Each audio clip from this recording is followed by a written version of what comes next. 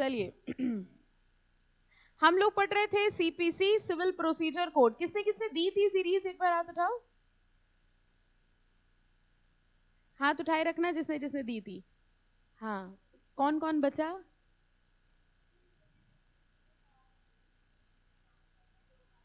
अरे बाप रे बाप, ठीक है, बैठ जाओ बेटा, बैठ, आराम से बैठो, कोई दिक्कत हो तो बताना। उज्जवल, वो तो ऑब्वियस है, फिर क्या किया जाए? हाँ, तुम लोग हैंड्स डाउन कर लो, कह रहे हमें अलग सजा मिल रही है। क्यों नहीं दी मिनी सीरीज? कब है एग्जाम? अरे सही बताओ। 26? नहीं नहीं, 2026। अरे ऐसे कैसे बेटा, ऐसे नहीं हो पाएगा। और तुमने क्यों नहीं दी दिव्यांशी?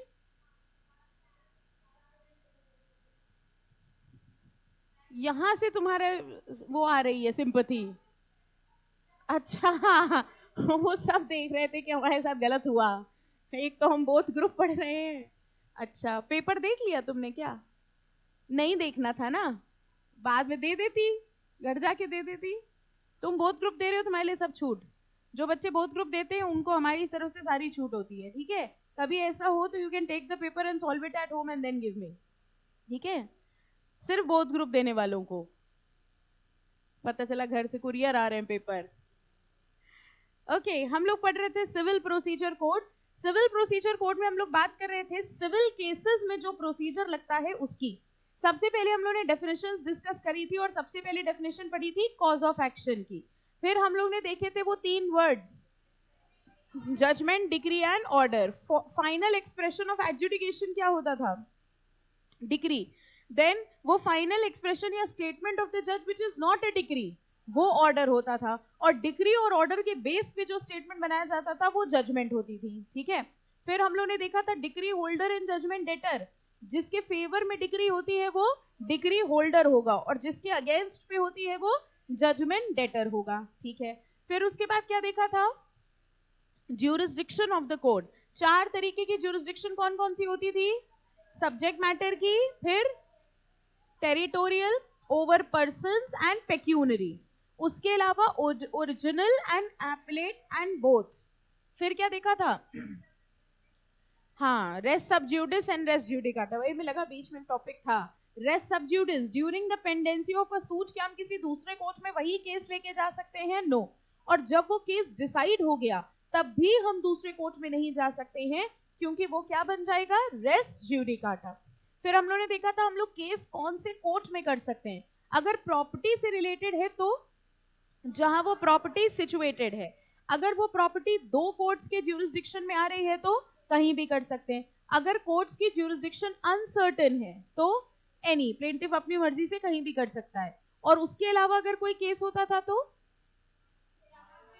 हाँ, अगर मूवेबल प्रॉपर्टी वाला था, देन जहां कॉज ऑफ एक्शन अराइज हुआ है या जहां डिफेंडेंट रिसाइड कर रहा है। और इसके अलावा जहां डिफेंडेंट रिसाइड करता है या पर्सनली वर्क्स फॉर गेन, ठीक है? फिर हम लोग ने स्टार्ट किए थे डिफेंसेस। डिफेंसेस में हम लोग बात कर रहे थे सेट ऑफ की, काउंटर क्लेम की। Set off was reciprocal acquittal of debts. मतलब हमें आपसे कुछ लेना था, आपको हमसे कुछ लेना था, तो आज जो हम आपको फाइनल पेमेंट करेंगे उसमें वो पुराने वाले को सेट ऑफ कर देंगे। और काउंटर क्लेम क्या था?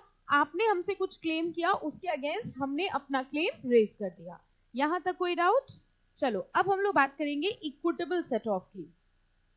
देखिए, इक्विटेबल सेट ऑफ का मतलब समझना, कई बार एक ही ट्रांजैक्शन में ऐसा होता है, एक ही केस में हम दोनों का केस हुआ, हमें भी आपसे कुछ लेना बनता है और आपको भी हमसे कुछ लेना बनता है। केस के स्टार्टिंग में ये डिसाइडेड नहीं है, मतलब लॉस मेरा भी हुआ आपका भी हुआ। अब एंड में कोर्ट ये डिसाइड करेगा कि किसको कितना लेना बनता है। और जब वो ये डिसाइड करेगा एंड में कि कितना लेना देना बनता है, तभी तो सेट ऑफ हो पाएगा। ऐसे सेट ऑफ को इक्विटेबल सेट ऑफ कहते हैं।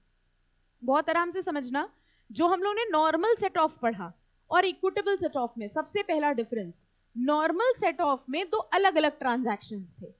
पहले वाले केस में ए को बी को देना था और दूसरे वाले में बी को ए को देना था। इक्विटेबल सेट ऑफ में एक ही ट्रांजैक्शन है, उसी केस में कुछ हमें भी देना बनता है और कुछ आपको भी देना बनता है, ठीक है? दूसरी बात, नॉर्मल सेट ऑफ में एसेटेंड सम ऑफ मनी था। बताइए कैसे? हमको पता था कि 10,000 रुपए का सेट ऑफ होना है, यानी लास्ट में लाइबिलिटी कितने निकलेगी उसमें से 10,000 सेट ऑफ हो जाएगा। लेकिन इक्विटेबल सेट ऑफ में हमें वो अमाउंट एसेटेंड नहीं है, क्योंकि अभी नहीं पता है कि हमें कितना देना है और आपको कितना देना है। वो एंड में कौन डिसाइड करेगा? कोर्ट डिसाइड करेगा। इसको क्या कहा जाता है? Equitable set off. तो बेसिकली दो तरीके के सेट ऑफ हुए, एक नॉर्मल हुआ, एक इक्विटेबल। इक्विटेबल सेट ऑफ का मतलब जब सेम ट्रांजैक्शन में दोनों की कुछ ना कुछ लाइबिलिटी बन रही है, ऐसे केस में कोर्ट लास्ट में उसका क्या कर देता है? सेट ऑफ, कि तुम्हें इनको इतना देना है, इनको इतना देना है, नटशेल में इतना पे कर दीजिए।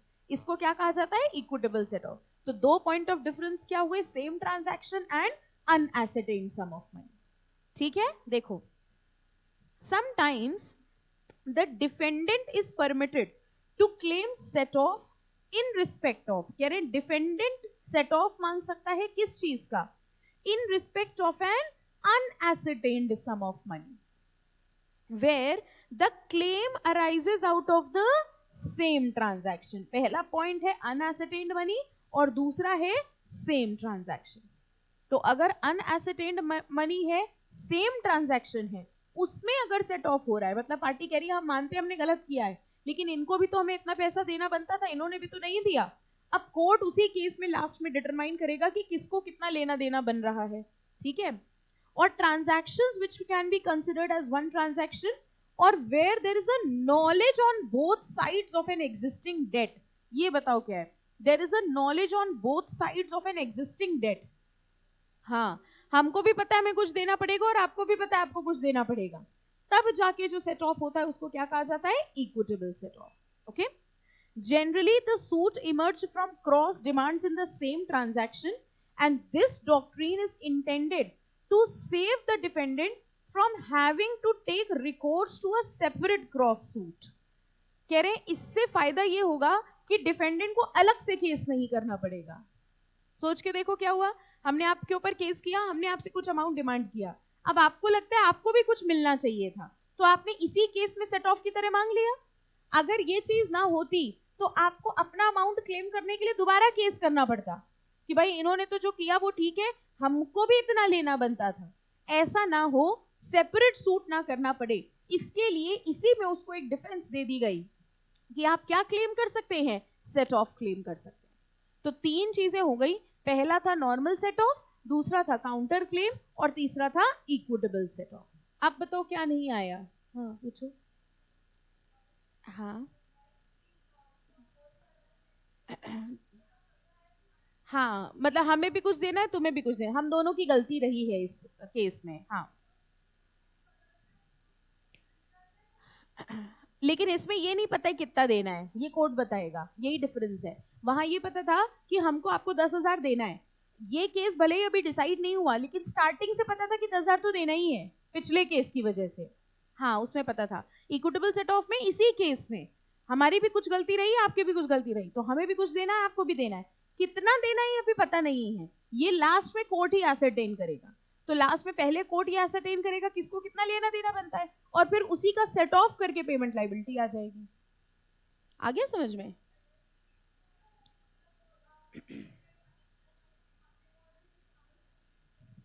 वो दो अलग अलग केस थे, पहले वाले केस में 10,000 लेना था, फिर दूसरे वाले केस में जब तुम्हारे ऊपर लायबिलिटी आई तब तुमने कहा कि इनको भी तुम्हें देना था, अब जो हम देंगे वो सेट ऑफ करके देंगे। दो अलग अलग केस थे वो। हाँ, वो दो अलग अलग केस थे, हमने बनाया था ना ए बी को देना है, फिर बी ने, वो दो अलग अलग केस थे बेटा। हाँ, इसमें सेम केस है, यही मेन डिफरेंस है दोनों में।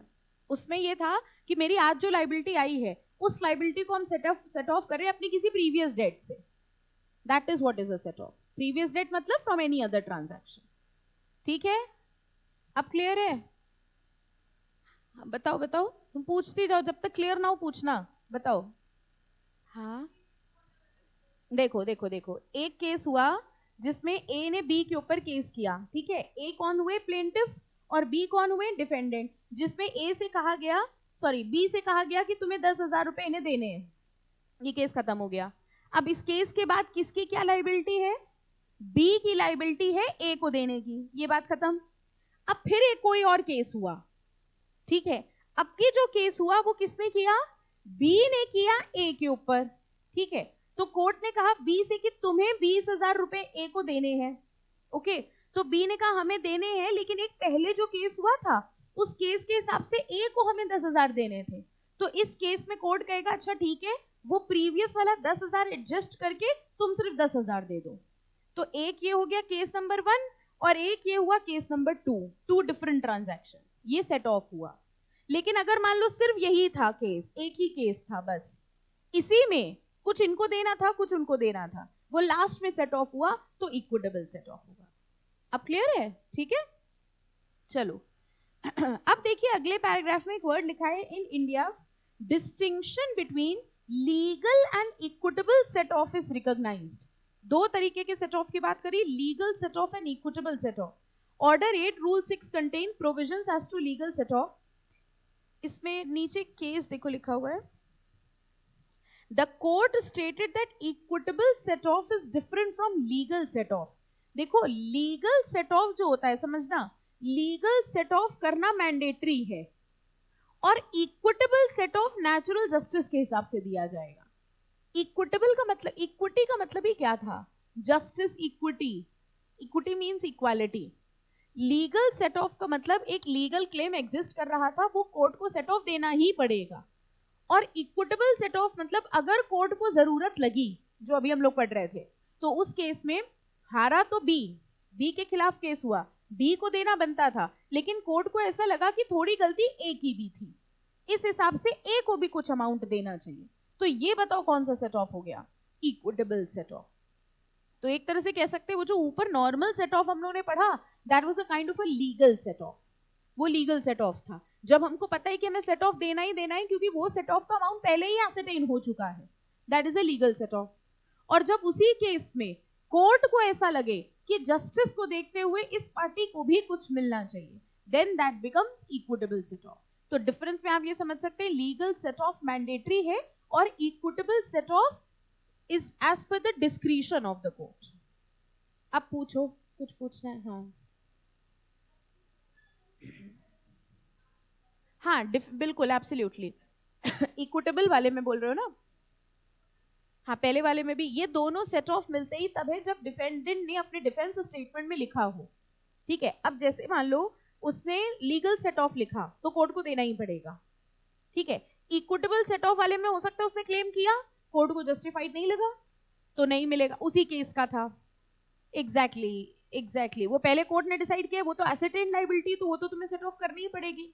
इक्विटेबल सेट ऑफ में तुमने डिफेंस में रखा कि माना मेरे क्लाइंट ने गलत किया, लेकिन इनको भी इतना अमाउंट मिलना चाहिए। अब हो सकता है कोर्ट को मंजूर हो सकता है ना हो, अगर नेचुरल जस्टिस के हिसाब से कोर्ट को लग रहा है ठीक है, तो वो अवॉर्ड कर देगा, that will be equitable set of. Clear है सबको? पक्का? ठीक है। तो देखिए लिखा है, the court stated that equitable set off is different from legal set of. Equitable set off is based on the principle of justice, equity and good conscience. It was stated that equitable set off is different from legal set off, that it is independent of the provisions of the code of civil procedure. समझना, ये एक line हम बोल रहे हैं, बताइएगा। Equitable set of का code of civil procedure से मतलब नहीं है, बताओ क्यों? इक्विटेबल सेट ऑफ देना ना देना किसके हिसाब से है? कोर्ट के हिसाब से। सीपीसी को उससे कोई लेना देना नहीं है। सीपीसी नहीं कह रहा है कि इक्विटेबल सेट ऑफ करना ही पड़ेगा, सीपीसी तो कह रहे सेट ऑफ अगर है तो करना पड़ेगा। Equitable set of may be done by the court, okay.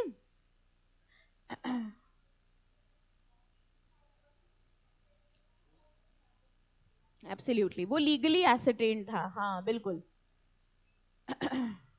हम मांग रहे हैं तो वो जज डिसाइड करेगा, हाँ बिल्कुल। म्यूचुअल डेट्स एंड क्रेडिट्स और क्रॉस डिमांड में have arisen out of the same transaction. Cross demand समझ गए क्या हुआ? यही इक्विटेबल सेट ऑफ हुआ। तुमने जब मेरे ऊपर इल्जाम लगाया तो हमने कहा कि ठीक है हमने गलत किया, लेकिन उस हिसाब से तुम्हें भी तो हमें इतना देना चाहिए था, ये क्रॉस डिमांड हो गई। नाउ ये क्रॉस डिमांड अगर अग्री कर ली जज ने तो यही क्या बन जाएगा? Equitable set of. ठीक है, दोनों में डिफरेंस क्लियर है? तो ये तीन तरीके के डिफेंसेस होते हैं। पहला कौन सा होता था? सेट ऑफ या लीगल सेट ऑफ, दूसरा काउंटर क्लेम और तीसरा इक्विटेबल सेट ऑफ। ठीक है, चलिए आगे। ओके, अब देखिए क्या क्या ऑर्डर्स हो सकते हैं, कोर्ट क्या ऑर्डर पास कर सकता है। ये दोनों वर्ड्स आपने सुने हुए हैं आई थिंक। टेम्पररी इंजंक्शन कहाँ कहाँ सुना है बताओ? हाँ, अभी एक लेटेस्ट हम लोगों ने देखा था एडमिनिस्ट्रेटिव लॉ में, है ना। इंजंक्शन मतलब क्या होता था? रोक लगाना। टेम्पररी इंजंक्शन मतलब क्या हुआ? फॉर द टाइमिंग, कुछ समय के लिए रोक लगाना। एंड सेम पैरामीटर्स में आता है इंटरलोक्यूटरी ऑर्डर्स। इंटरलोक्यूटरी मतलब इंटरिम, एक ऐसा ऑर्डर जो फाइनल नहीं है। ड्यूरिंग द केस कोर्ट ने कोई ऑर्डर दे दिया, ठीक है, उनको इंटरिम ऑर्डर कहते हैं। पहले बात करते हैं टेम्पररी इंजंक्शन की। ध्यान से समझना, कोर्ट टेम्पररी इंजंक्शन तब ग्रांट करता है जब उसको लगता है कि one of the parties will destroy the cause of action. बताओ समझ में आया? मतलब हमारे और आपके बीच में जिस चीज से रिलेटेड झगड़ा चल रहा है, ठीक है, अगर हमको ऐसा लगा, हम लेट्स से कोई भी मूवेबल प्रॉपर्टी, सीपीसी में तो कुछ भी हो सकता है, थोड़ी थोड़ी प्रॉपर्टी से रिलेटेड झगड़ा हो, हमारे और आपके बीच में लेट्स से कुछ किसी गुड्स के बीच में झगड़ा चला, ठीक है, कुछ गुड्स थे वो हम आपको भेजने वाले थे, फिर हमने आपको नहीं भेजे, एक नॉर्मल डिस्प्यूट अराइज हुई। अब नॉर्मल डिस्प्यूट अराइज हुई तो ये सिविल मैटर हुआ, ठीक है। अब हमको ये लगा, हमने कहा ये गुड्स मेरे हैं, आपका क्लेम था ये गुड्स आपके हैं, हमने कोर्ट में केस किया, ठीक है, आपको पता था कि आप हारने वाले, आपने वो सारे गुड्स ले जाके समुंदर में बहा दिए, ठीक है। आपने कहा जो मेरा नहीं हो सका, ये लाइन सुनी होगी आपने, जो मेरी नहीं हो सकी या हो सका, पता नहीं क्या सोचने लग जाते हो तुम लोग उल्टा सीधा। हाँ वही तो, ना रहेगा बांस ना बजेगी बांसुरी, है ना। तो आपने वो सारे गुड्स उठाए और आपने जाके गंगा जी में बहा दिए। ये डर हमको था, हमको लगा आप ऐसा करोगे, तो हमने कोर्ट को कहा कि भैया ये हमारे गुड्स को डिस्ट्रॉय कर सकते हैं, तो कोर्ट आपके ऊपर इंजेक्शन लगा देगा। क्या कर देगा? इंजंक्शन ऑर्डर पास कर देगा कि जब तक ये केस चल रहा है इस प्रॉपर्टी को डिस्ट्रॉय नहीं किया जा सकता। देखिए क्या लिखा है, द कोर्ट में ग्रांट टेम्पररी इंजंक्शन। अच्छा, टेम्पररी इंजंक्शन क्यों है? ये टेम्पररी क्यों है? जब तक ये केस चल रहा है। अगर मान लो साबित हो गया कि गुड्स तुम्हारे, अब तुम गंगा जी में बहो, समुद्र में बहो, जो करना है करो, ठीक है। और to restrain any such act और make such other order for the purpose of, देखना क्या लिखा है, staying and preventing the wasting. किस चीज पे रोक लगा रहे हैं? Wasting, damaging, alienation. एलिनेशन समझ गए? अपने आप से दूर करना। या सेल, आपको लगा कि हम नहीं जीत पाएंगे केस, तो अब मेरे केस जीतने के पहले आपने गुड्स किसी थर्ड पार्टी को बेच दिए। अब थर्ड पार्टी को जब गुड्स बेच दिए और केस का जजमेंट आया, तो आपने कहा गुड्स तो मेरे पास है ही नहीं, वो तो हम किसी बोनाफाइड को बेच आए। तो अगर हमको ऐसा डर था कि आप वो गुड्स डिस्ट्रॉय ना कर दें, आप वो गुड्स वेस्ट ना कर दें, आप वो गुड्स किसी और को बेच ना दें, तो हम कोर्ट से रिक्वेस्ट करेंगे कि आपके ऊपर कौन सा ऑर्डर पास कर दिया जाए? टेम्पररी इंजंक्शन, ठीक है। देखिए कब हो सकता है, वही तीन चीजें लिखी है।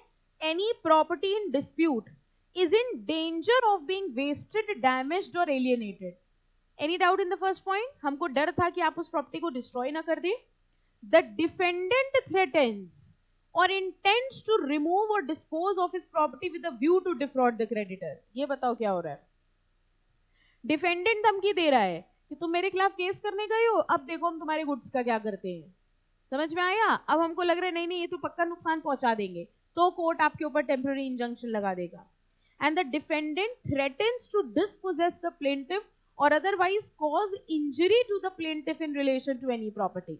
डिफेंडेंट कह रहा है कि हम किसी तरीके की इंजरी पहुंचा सकते हैं आपको या आपके गुड्स को, अगर कुछ ऐसा है तो आपके ऊपर कौन सा ऑर्डर पास कर दिया जाएगा? Temporary injunction. Any doubt? हाँ, मतलब यहाँ आप फिजिकल इंजरी की बात नहीं कर रहे, ये कह रहे तुम्हारे गुड्स डिस्ट्रॉय होंगे तो तुम्हारे दिल पे चोट पहुंचेगी। ये भी तो इंजरी हुई एक तरीके की। जैसे टॉर्ट में नहीं पढ़ते थे नर्वस शॉक, है ना, हमने तलवार से नहीं मारा, बंदूक से नहीं मारा, शब्दों से मार दिया, वही वैसा ही है कुछ तो।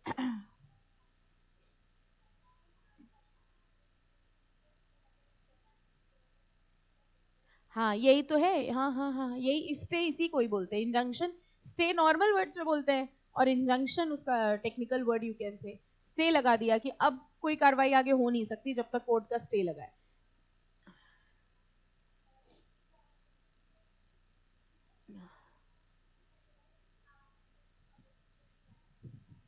हाँ हाँ, एग्जैक्टली exactly. बिल्कुल बिल्कुल। वो भी एक तरीके का, देखो ये स्टे एक वाइडर वर्ड है, you can say. Temporary injunction सिर्फ सिविल मैटर से रिलेटेड है, स्टे किसी भी रीजन से लग सकता है। स्टे कई बार ऐसा भी लग जाता है, बिल्डर बिल्डिंग बना रहा है, 2 फ्लोर बनाए, फिर स्टे लग गया, अब आगे नहीं बना सकते, तो स्टे एक जनरल वर्ड में आ गया। टेम्पररी इंजंक्शन तब होता है जब उस चीज से रिलेटेड पर्टिकुलरली कोई केस चल रहा हो, तब ऑर्डर पास करता है कोर्ट, ठीक है। अच्छा, इंटरलोक्यूटरी ऑर्डर समझो क्या हुआ? हाँ बेटा, हाँ हाँ बताओ। हमें लग रहा था कुछ है, तो मैं दिमाग पूछ नहीं रहे हो। हाँ, इसकी पर्सनल है पक्का, पूछो पूछो।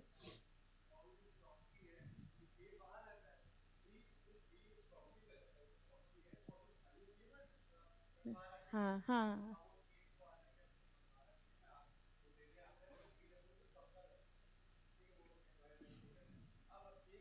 हम फीस लेंगे, लेकिन तुम जिस हिसाब से हमसे एडवाइसेस लेते रहते हो, हम अब फीस चार्ज करें? हाँ हाँ, ठीक है।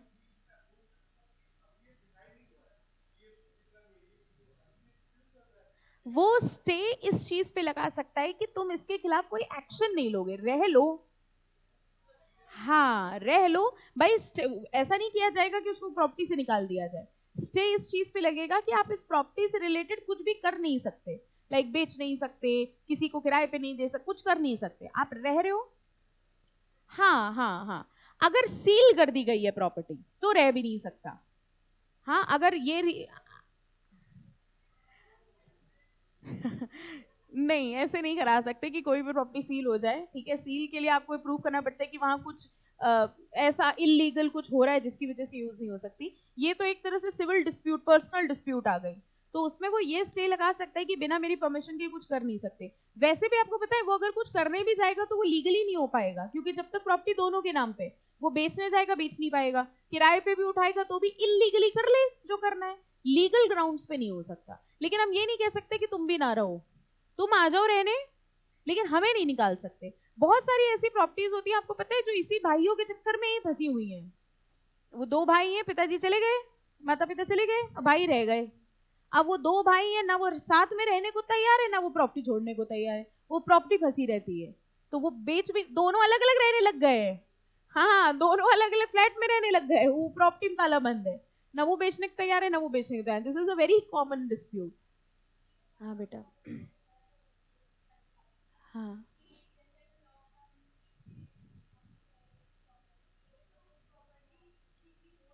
नहीं, वो तब होता है जब वो रह रहा हो जो खुद ओनर नहीं है, उसको लीज पे दे रखी हो, वो तो खुद ही ओनर रह रहा है, ठीक है। वो तो वो थी कि पढ़ते हैं, ये आपके में अभी हटा दिया है, जब हम लोग डिटेल में ट्रांसफर प्रॉपर्टी एक्ट पढ़ते हैं ना, तो इसका भी एक डॉक्ट्रिन आता है कि हम पोजेस कर रहे हैं और दूसरा बाहर है, मतलब दूसरा पोजेशन पे नहीं है, ठीक है। लेकिन इसको एक्चुअली कहा जाता है कि इनहेरेंट या डीम्ड मान लिया जाता है कि उसको हम रिप्रेजेंट कर रहे हैं, तो हम ऐसा कुछ भी नहीं कर सकते कि उसके बिहाफ पे हम सारे एक्शंस ले लें यहाँ पर, ठीक है। लेकिन इसमें एक क्लॉज ये आता है कि अगर मान लो बोनाफाइड है, उसका नाम एग्जैक्टली डॉक्ट्रिन का नहीं ध्यान आ रहा, आपके में से हटा दिया गया है, बट वो है ट्रांसफर प्रॉपर्टी एक्ट में। अब मान लो वो बी रह रहा है, इसी में आगे मेरी कहानी सुनो, वो बी रह रहा है, ए बाहर है, बी ने वो प्रॉपर्टी किसी बोनाफाइड को फर्जी बेची, मतलब बोनाफाइड को दिखाया फर्जी है, लेकिन वो था बोनाफाइड एक्चुअली में। अब यहाँ पे दिक्कत आ जाती है, तो यहाँ पे क्लॉज ये आता है कि वो बी अगर ए की मर्जी से रह रहा है, तो ये मान लिया जाता है कि वो एस्टेट जो है वो मतलब रिप्रेजेंटिंग ए है, एंड वो बोनाफाइड जो है उसको प्रोटेक्शन मिलती है फिर, बट उसका डॉक्ट्रीन अलग है, वो डिटेल है ट्रांसफर प्रॉपर्टी एक्ट में ही कवर्ड है। तुम ट्रांसफर प्रॉपर्टी एक्ट डिटेल में पढ़ो, जो प्रॉपर्टी के डिस्प्यूट्स है ना, ये देखो। हाँ हाँ हाँ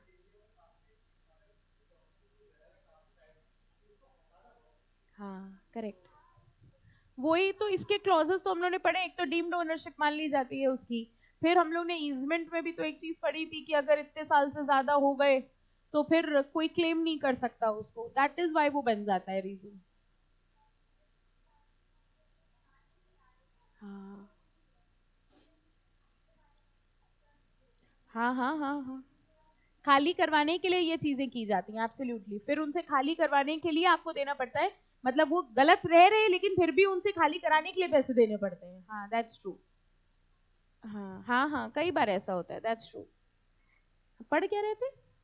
हाँ, टेम्पररी इंजंक्शन। अच्छा, हम ये कह रहे थे कि मान लीजिए हमारे और आपके बीच में अब डिस्प्यूट हुई, लेट से मैंगोज को लेके। आधा किलो 1 किलो की बात नहीं कर रहे हैं, हम लोग डीलर्स हैं मैंगोज के, ठीक है? तो अच्छा, तुम्हें लगा आधा किलो मैंगो के लिए लड़ रहे हैं। तो कंटेनर्स ऑफ मैंगो थे, अब सीजन आ रहा है तो हम सोचा मैंगो उठाया जाए।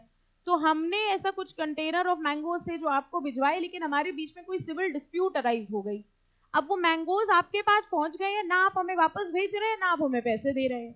तो हमारी इस डिस्प्यूट का हमने कोर्ट में केस करा, ठीक है? अब दिक्कत ये हुई, कोर्ट में तो हमने केस कर दिया और कोर्ट हमको दे रहा है तारीख पे तारीख, और बेचारे मैंगो, उनके बारे में किसी ने नहीं सोचा। सीजन निकल गया, सड़ गए मैंगो, और जब 5-7 महीने बाद 10 महीने बाद वो सड़ गए, तब कोर्ट का ऑर्डर आया कि अच्छा ठीक है तुम ले लो मैंगोज। हमने जज से कहा रहने दो, तुम ही ले लो। मतलब समझ में आया? अगर पेरिशेबल गुड्स होते हैं तो इंटरिम सेल ऑर्डर कर दी जाती है।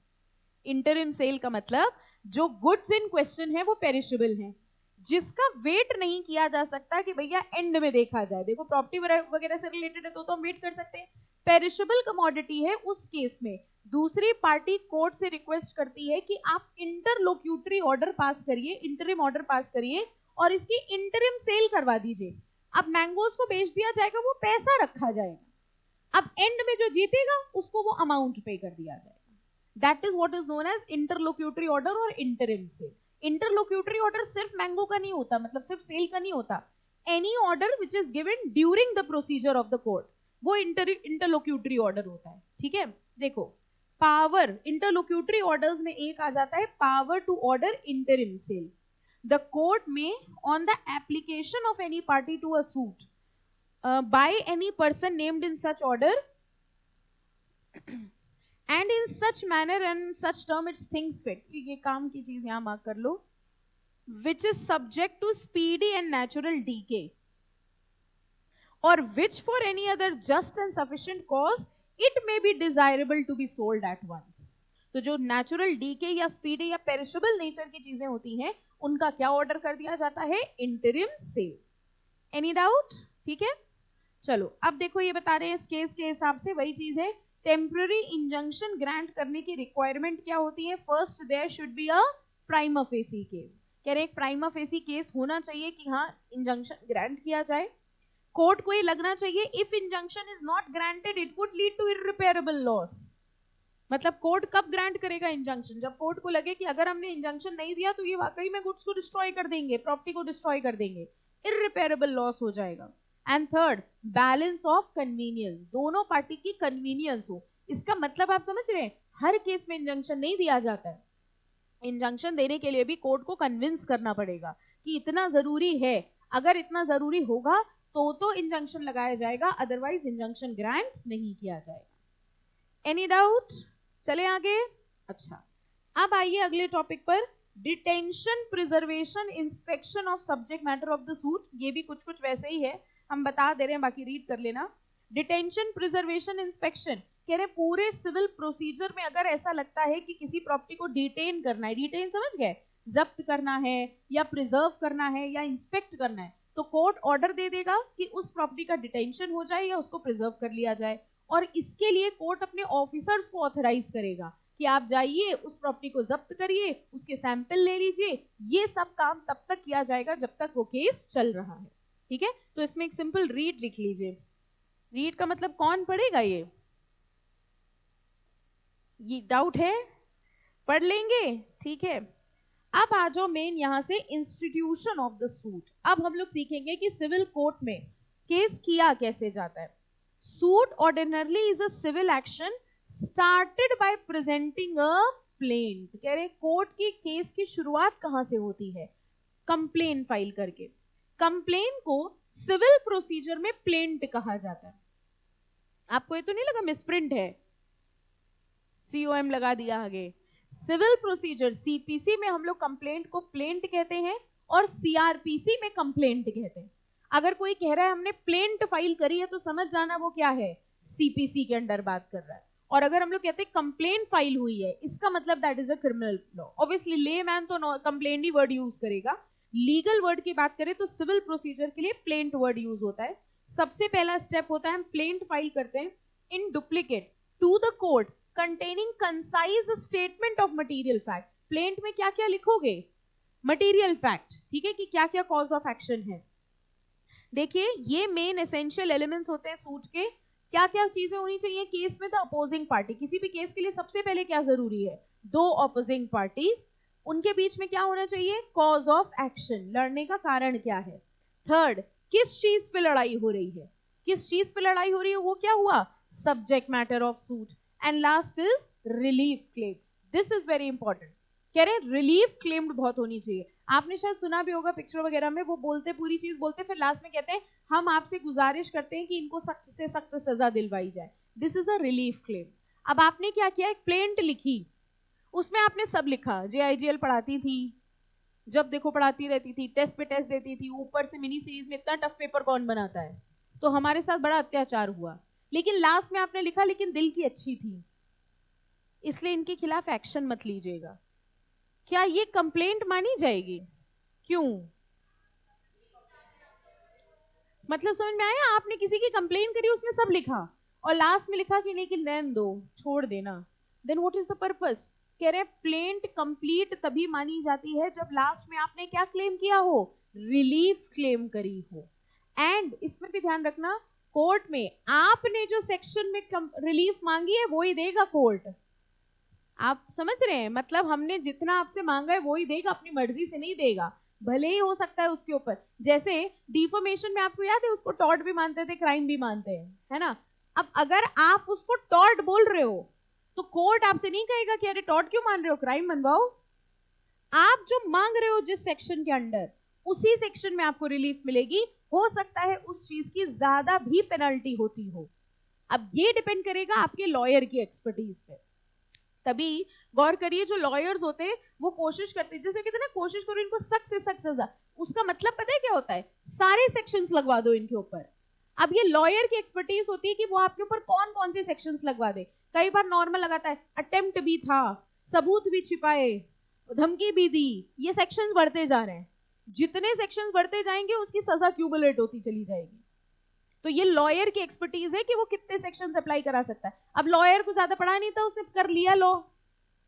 होते हैं कुछ ऐसे, अब क्या डिस्क्राइब करें, है ना।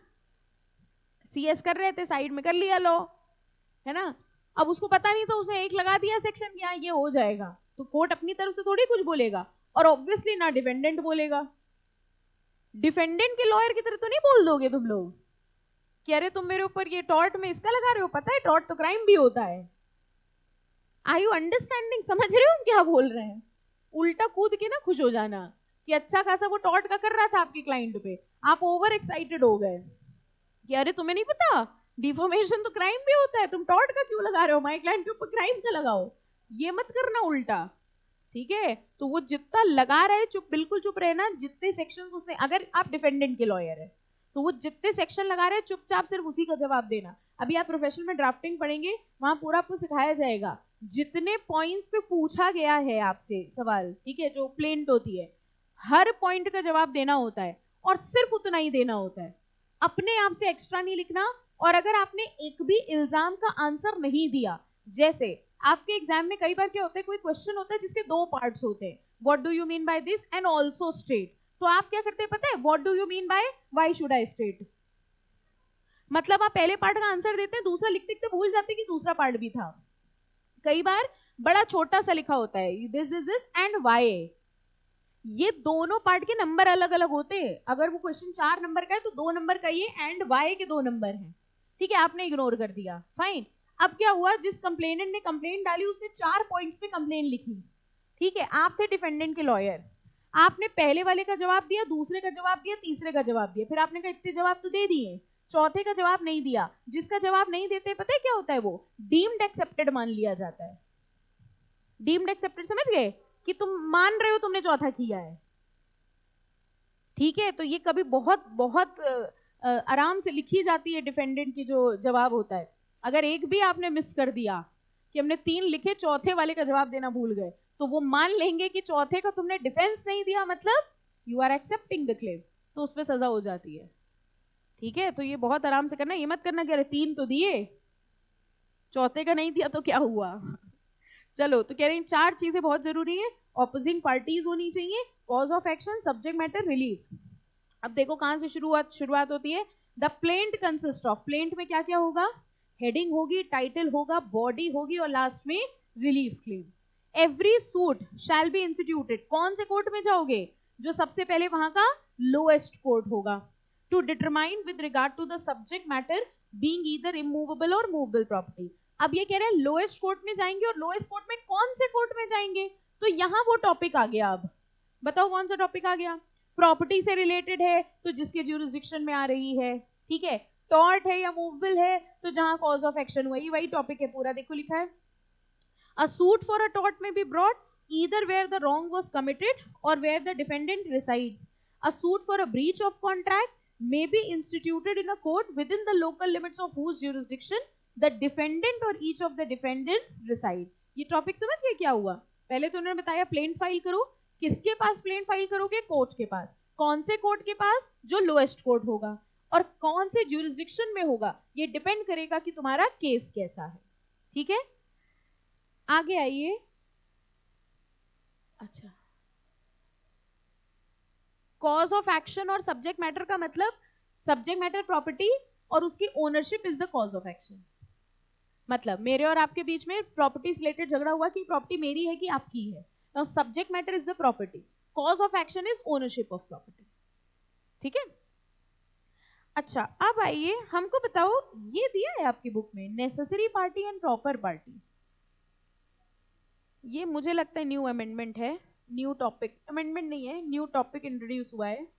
किसी की बुक में नहीं होगा ना ये, नेसेसरी पार्टी, प्रॉपर पार्टी, और एक और टॉपिक ऐड हुआ है इसमें, ये मिस जॉइंडर दिया होगा, नॉन जॉइंडर नहीं दिया होगा, है ना। ये वाला पोर्शन थोड़ा सा आपको लिखिए, नॉन जॉइंडर, ये पैराग्राफ न्यू है पूरा। ठीक है, ये 2-3 टॉपिक्स हैं जो न्यू है, तो या तो इसको लिख लेना, ठीक है, बस इनकी डेफिनेशंस लिख लेना, या इसका जीरोक्स करना, व्हाटएवर यू फील कन्वीनियंट। अच्छा, पहले समझते हैं necessary party and proper party. किसी भी केस की, सुनना ध्यान से सुनना, किसी भी केस की वो पार्टी जिनके बिना सुनवाई नहीं हो सकती, वो होती है नेसेसरी पार्टी। और कोई भी ऐसी पार्टी जो पार्टी तो है केस की, लेकिन उतनी जरूरी नहीं है कि वो हर सुनवाई में प्रेजेंट रहे, वो होती है प्रॉपर पार्टी। क्या समझ में आया, जिनके बिना केस नहीं हो सकता वो है नेसेसरी पार्टी। जैसे एक पिताजी की प्रॉपर्टी की बंटवारे का केस था, ठीक है, उनके जितने बेटे थे, मान लो 4 बेटे थे, वो चारों बेटे बताओ क्या हुए, नेसेसरी पार्टी। और उन बेटों के बेटे, समझ में आया क्या हुआ, क्योंकि फर्स्ट इंस्टेंस पे जो पिताजी की प्रॉपर्टी है वो बेटों पे बटेगी, तो देखा जाए फर्स्ट इंस्टेंस पे केस किसका हुआ, उन बेटों का, वो हुए नेसेसरी पार्टी। वो नेसेसरी इसलिए है क्योंकि कोई भी कार्रवाई उनके बिना नहीं हो सकती। ठीक है, और proper party means they are related to the case, जो ग्रैंडसन्स हैं, बच्चे, वो भी तो रिलेटेड है, वो भी पार्टी हैं, लेकिन वो इतने इंपॉर्टेंट नहीं है, उनको क्या कहा जाता है, proper party.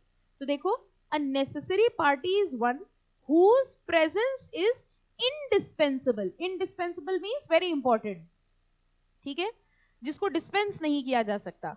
A necessary party is one whose presence is indispensable for proceeding with the suit and for final decision thereof. Final decision देते वक्त उन पार्टीज का होना जरूरी है। On the other hand, proper party is one whose absence an effective order can be passed. मतलब proper party is one in whose absence an effective order can be passed, मतलब वो नहीं भी है तो भी कोर्ट ऑर्डर पास कर सकता है, but whose presence is required for complete and final decision. उनका प्रेजेंस जरूरी है, लेकिन उनके ना होने की वजह से ऑर्डर नहीं रुक जाएगा। ठीक है, so this is the difference between necessary party and proper party. और इसके बाद आओ, वही चीज आगे भी लिखी है, there is an essential distinction between, same paragraph repeated है, necessary and proper party. A necessary party is one whose presence is indispensable, देखो सेम लाइंस है रिपीटेड। ठीक है, और इसके बाद आइए miss joinder and non joinder. हाँ बेटा, witness is actually not a party, ना वो नेसेसरी पार्टी है ना वो प्रॉपर पार्टी है। पार्टी मीन समझ गए, द ऑपोजिंग पार्टी जिनके बीच में केस चल रहा है। विटनेस तो फिर एविडेंसेस में आ गया कि सबूत एंड गवाह के। Witness is not a party to the suit. Party to the suit का मतलब समझिए, जब हम लोग कह रहे हैं cases between A and B. दूसरा एग्जांपल समझिए, मान लीजिए हम ओनर हैं, ठीक है, हमने आपको प्रॉपर्टी किराए पे दी, तो आप कौन हो गए? टेनेंट। अब आपने वो प्रॉपर्टी सबलेट कर दी, यानी आपने किसी और को किराए पे दे दी। Now there was a dispute between, ठीक है, ओनर एंड द टेनेंट। ठीक है, बताओ नेसेसरी पार्टी कौन हुआ और प्रॉपर पार्टी कौन हुआ? नेसेसरी हो गया ओनर एंड टेनेंट, ठीक है, और वो जो सबलेट जिसको करिए subtenant, he is interested in the property, उसका इंटरेस्ट है। क्यों?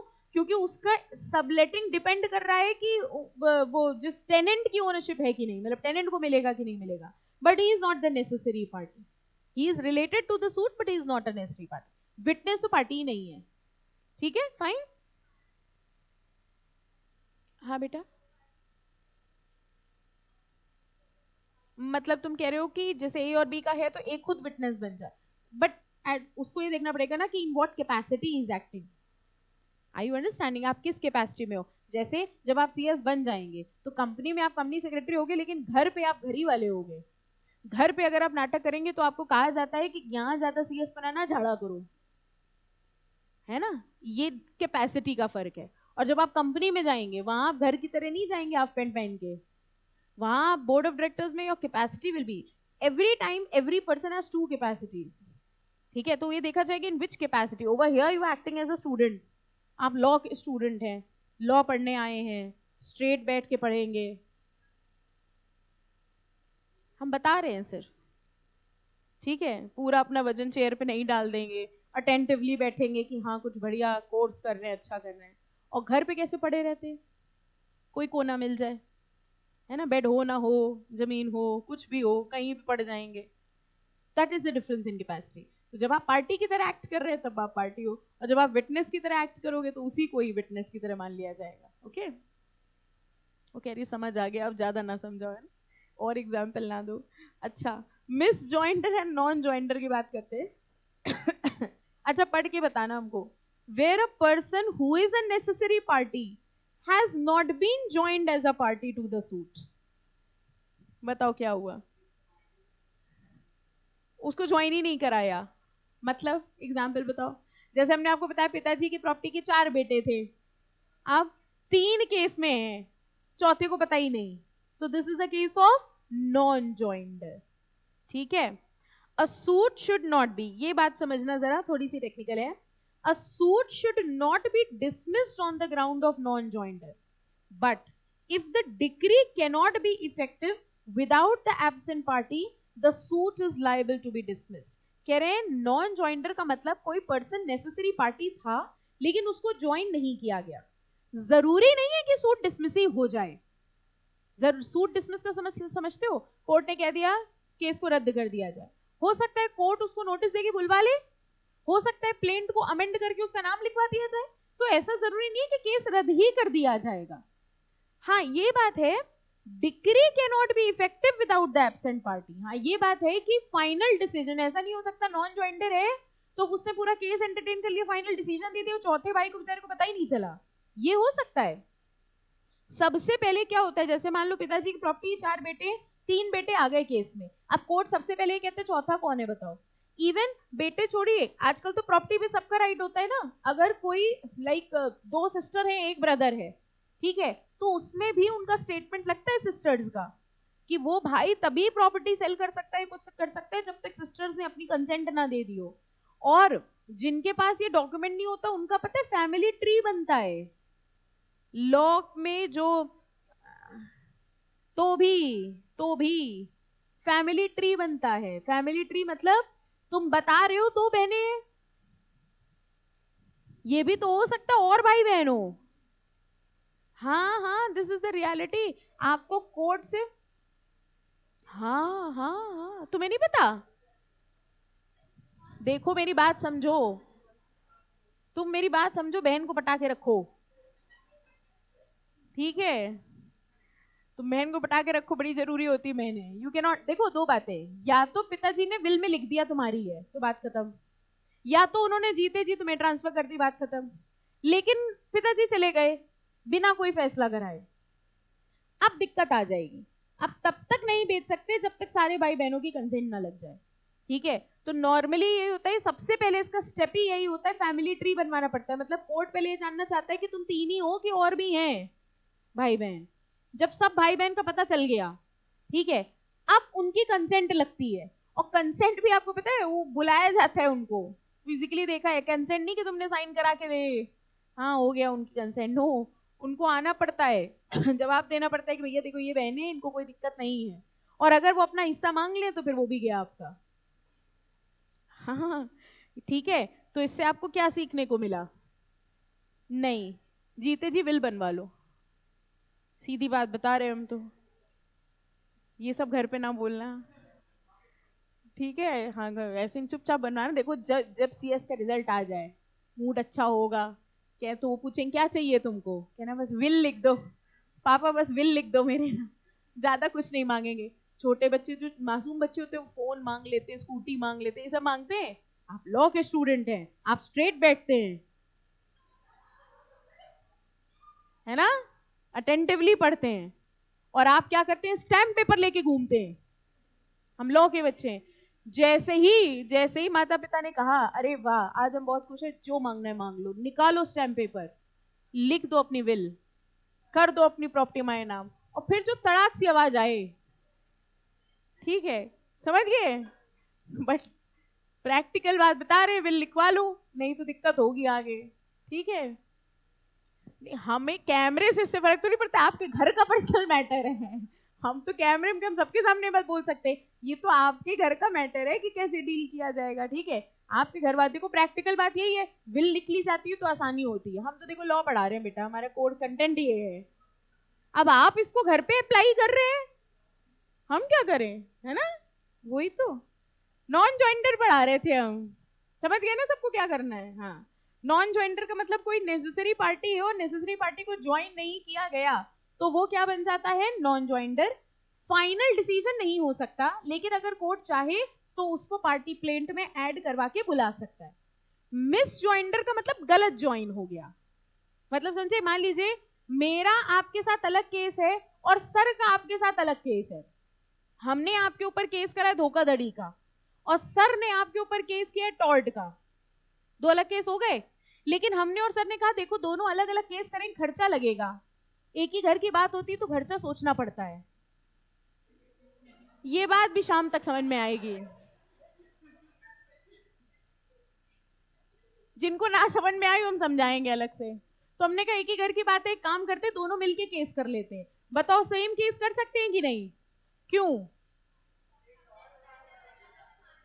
That's all your honour, to be continued, ठीक है, कल पढ़ेंगे। कर सकते हैं कि नहीं कर सकते हैं? This is a case of miss joinder. मतलब हम और सर दो प्लेंटिफ मिलके एक डिफेंडेंट के ऊपर केस कर सकते हैं अगर उनका कॉज ऑफ एक्शन सेम हो। हमें ऐसे थोड़ी ना कोई बात हो रही कि खर्चा बचा लेते हैं तो हम भी केस करते, सेम तुम भी केस कर दो, कॉज ऑफ एक्शन सेम कहाँ है? हमें भी आपने धोखा दिया, सर को भी आपने धोखा दिया, तो मिलके कर सकते हैं। बट अगर मेरा पॉइंट अलग है, उनका पॉइंट अलग है, then that is a case of misjoinder. आ गया समझ में, ठीक है। ओके, खर्चे वाली बात जिसको ना समझ में आई हमको बताना।